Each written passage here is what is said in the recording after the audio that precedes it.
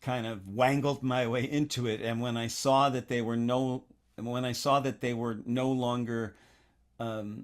dismissing me, but they were including me in their set, I felt a pride and confidence that this hippie kid